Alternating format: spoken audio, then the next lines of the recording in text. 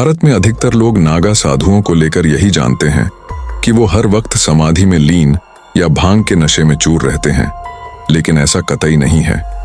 दरअसल तन पर नाम मात्र के कपड़े और बदन पर भस्म लपेटे नागा साधुओं का इतिहास योद्धाओं का रहा है। अगर आपको ऐसा लगता है कि हमारे संत समाज ने भारत की आज़ादी के लिए कोई लड़ाई नहीं लड़ी है, तो आप ये जानकर हैरान रह जाएंगे कि नागा साधुओं के युद्ध में भारत माता की रक्षा के लिए 2000 साधु संत शहीद हो गए थे। कहा जाता है कि इस युद्ध में दुश्मन 4 कदम भी आगे नहीं बढ़ पाया था। इतिहासकार बताते हैं कि तब नागा साधुओं के एक हाथ में तलवार थी, दूसरे में धार्मिक किताबें। इस दौरान संतों को धर्म भी बचाना था और देश भी।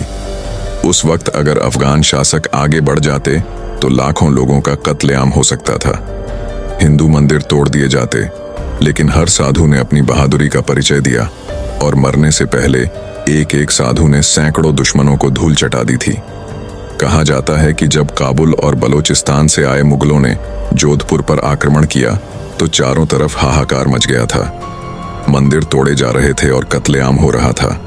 मुस्लिम शासकों ने हर व्यक्ति पर भारी कर लगा दिया था।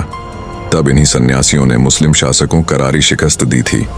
कहा जाता है कि जब अहमद शाह अब्दाली दिल्ली और मथुरा पर आक्रमण करता हुआ गोकुल तक आ गया था, इस दौरान उसके सैनिक लोगों का कत्लेआम कर रहे थे, महिलाओं के साथ बलात्कार हो रहे थे और बच्चे देश के बाहर बेचे जा रहे थे। तभी गोकुल में अहमद शाह अब्दाली का सामना नागा साधुओं से होता है। करीब 5000 साधुओं की सेना कई हजार सैनिकों से लड़ गई थी। पहले तो अब्दाली साधुओं को हल्के में ले रहा था, लेकिन तभी अब्दाली को एहसास हो गया था कि ये साधु अपनी भारत माता के लिए जान तक दे सकते हैं। इस युद्ध में 2000 नागा साधु वीर गति को प्राप्त हुए थे। इस युद्ध की सबसे खास बात यह रही थी कि दुश्मनों की सेना 4 कदम भी आगे नहीं बढ़ा पाई थी। जो जहां था वहीं ढेर कर दिया गया था या फिर पीछे हटकर भाग गया था। इस तरह जोधपुर की ओर बढ़ रही अब्दाली की सेना को नागा साधुओं ने गोकुल से बैरंग ही लौटा दिया।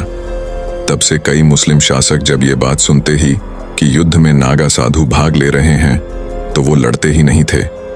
अगर आपको ये वीडियो अच्छा लगा तो लाइक और चैनल को सब्सक्राइब करना ना भूले।